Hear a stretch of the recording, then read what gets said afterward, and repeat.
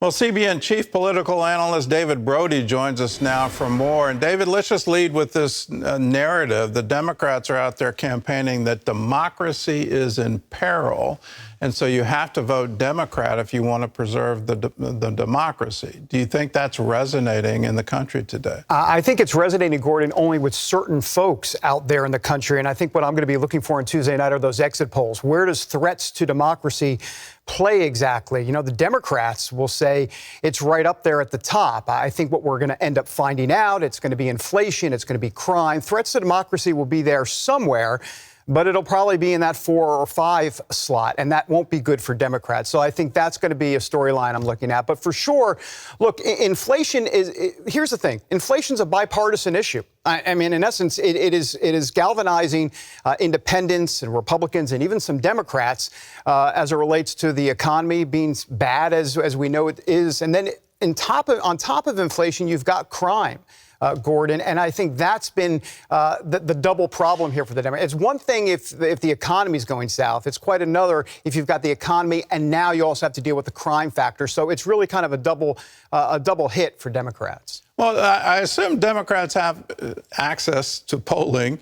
Why in the world would they bank their entire election strategy on that kind of issue when you already can determine from polls and focus groups that it's not resonating nearly as much as the price of groceries and gasoline? Well, I think a big part of this is what is the closing argument? I think so the answer to the question, Gordon, is they don't really have a closing argument on the economy. They can't go there. The data isn't there. The results aren't there. And so they've got to look to something else. So we see threats to democracy.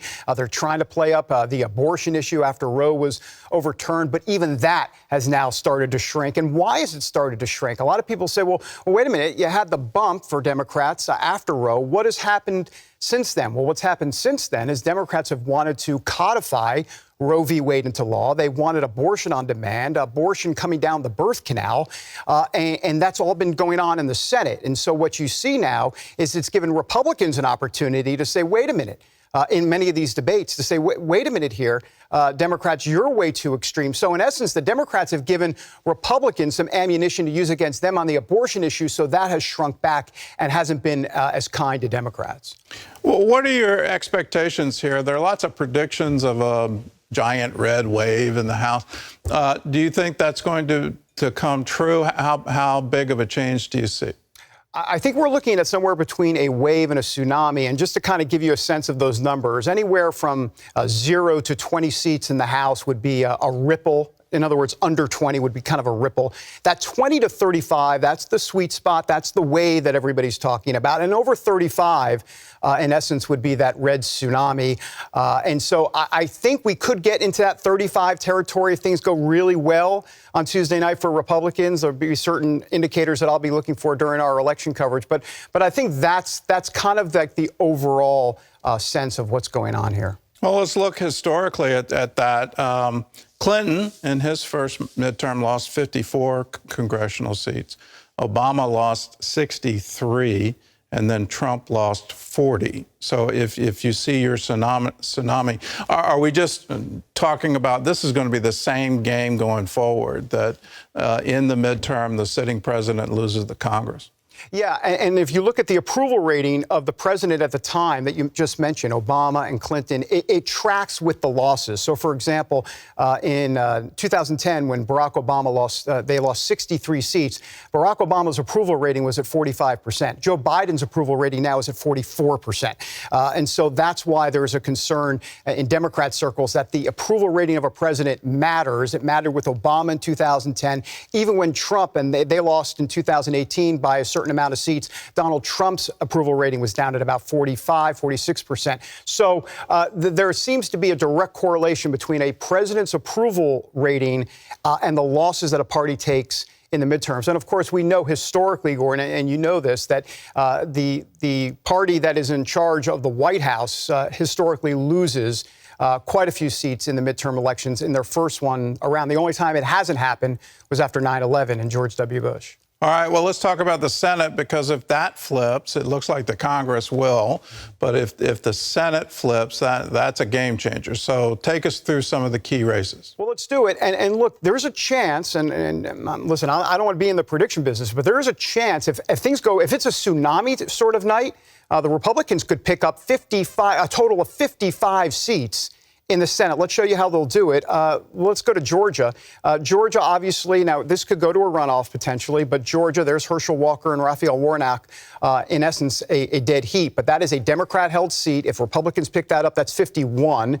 We go to Nevada, where Catherine Cortez Masto is looking like she's going to lose that race to Adam Waxalt. We will see, but she's not doing well with the Hispanics out there in Nevada. That would be 52. And then we go over to Arizona, and Blake Masters has made a late charge against Mark Kelly, the Democrat there. That's 53. And then we're into wild card territory out in Washington State. Patty Murray may actually lose. She's been in the Senate, my goodness, I don't know, since I was like 14 years old. I don't know. I can't do the math, but it's been 30 plus years. She could lose to Tiffany Smiley, a great candidate that Republicans have put out there. That could be 54. That's not a seat Democrats were expecting to lose. And then New Hampshire, Maggie Hassan could lose that seat. Don Bolduc winning there potentially as a Republican. That could make it 55 seats. Now, of course, that means the Republicans have to keep Pennsylvania, Ohio, Wisconsin. And did I say Wisconsin, Ohio, Pennsylvania, and there's a fourth one?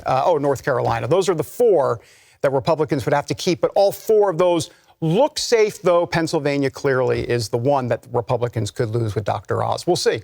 Well, in politics, it is all about the math, and it's about increasingly shrinking independent voters and how to attract enough of them in order to get your base plus that independent vote to actually win an election. So the Latino vote seems to be shifting right now and shifting to the GOP. What's the reason behind that? You're absolutely right. And it's been doing it, actually. That's been going on for many years. There's a lot of different reasons behind it. It kind of has a DNA of pro-family, overall conservative values. That's what Hispanics overall value. But obviously, inflation is driving this. Crime is driving this. But let's go specifically and talk about midterm election night. What I'm going to be looking for is down in South Texas.